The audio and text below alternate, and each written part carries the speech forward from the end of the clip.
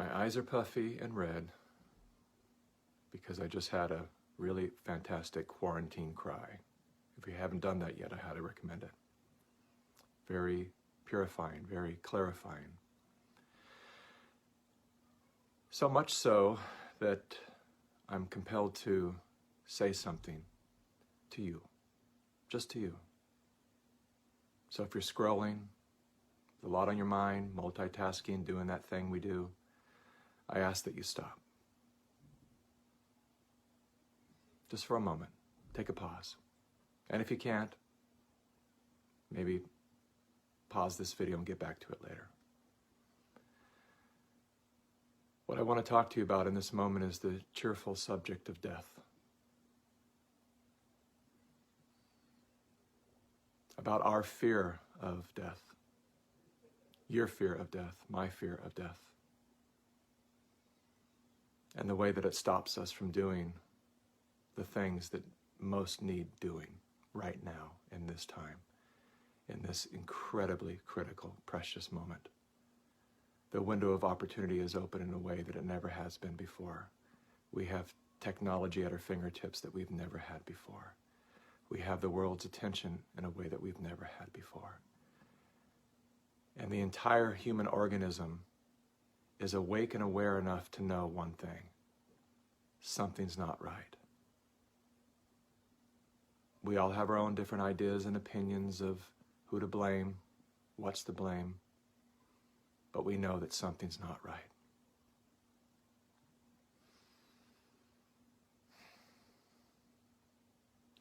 But what stops us from speaking out is this fear that's been wired into our psyches.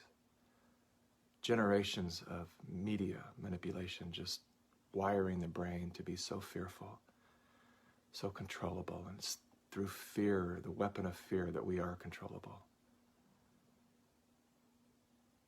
We can be fully anti-war, but all they have to do is to convince us that some foreign leader is threatening our existence, and we suddenly say, strike.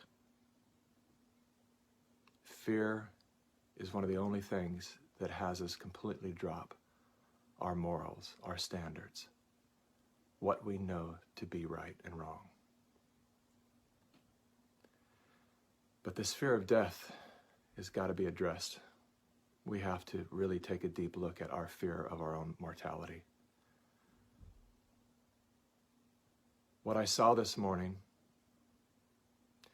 was that we love this life so much. The intrinsic impulse to be alive is so fierce and intense that we avoid everything that threatens our life, which we should.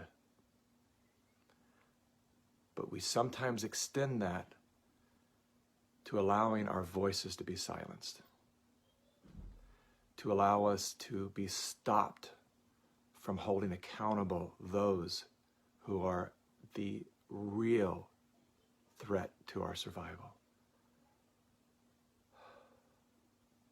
There are people, let's get beyond conspiracy theory and beyond all the conditioning that we've had to just accept the idea that there are people on this planet that are so greedy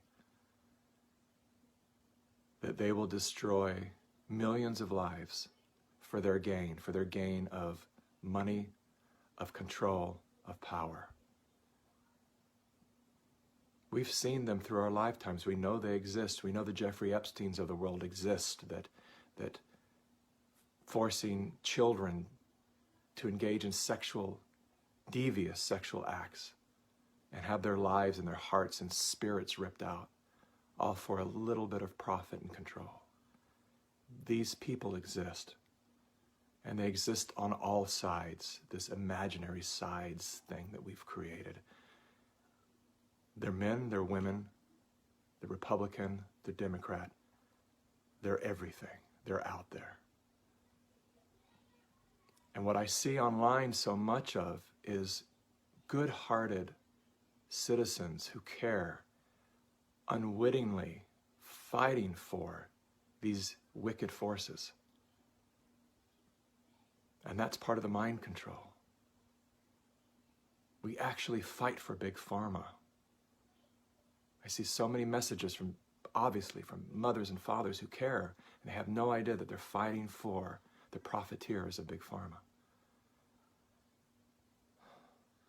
And the only way that kind of insanity can occur is through fear.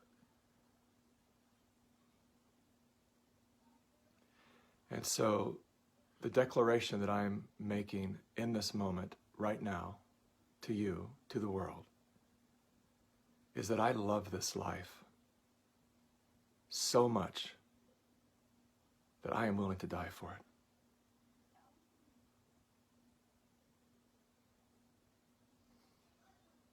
Are you? And no, I have never and will never be suicidal. This is about being willing to let go of all things. For the doctors out there that are listening to this, who are on the fence, knowing in your heart what has been happening in your industry, knowing that your oath to do no harm has been violated, and you've been forced to violate that oath, and you're on the fence, afraid to be criticized by your peers, afraid to lose your job, afraid to lose your status, your license, your house, your car, whatever it might be. It is time to rise above that fear. 2 years ago, my family experienced the biggest gift we've ever been given, and that was we lost everything in the California fires. And that was the greatest gift we ever had, letting go of everything so that we could focus on what matters, and that is each other. Our families, our lives, every human cell in this organism matters. So what are you willing to lose? Because you're holding on.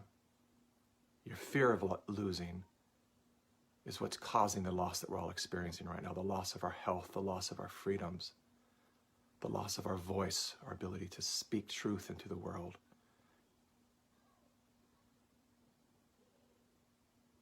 So I stand here right now making the declaration that I am willing to die for this life, for life itself, for you. And when we all stand up, unlike all the holistic doctors who have suddenly been suicided because they spoke up one at a time, or maybe three at a time. But when we speak up as a mass together, there's no stopping us. So I invite you to do what I did this morning, which is to take some time to yourself. Pray if you pray, meditate if you meditate, think if you think, whatever it takes to get to that deepest core of that fear of dying, and find the strength, that warrior strength in your heart to rise above that, to understand that life isn't worth living if it's not lived with freedom and good health and happiness and love and connection.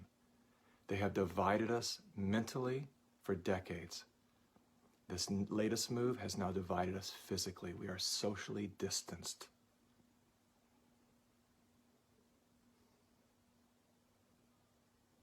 Dividing us from each other and from ourselves, from our nature. Worshipping synthetic drugs and things that addict our family members and kill the organism that gives us life, the very organism that gives us life.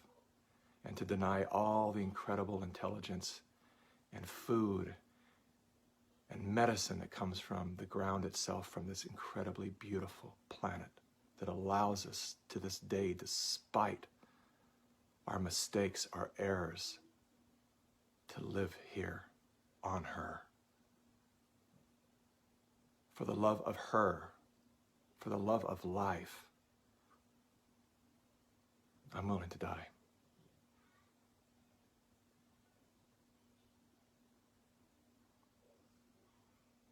Thanks for listening.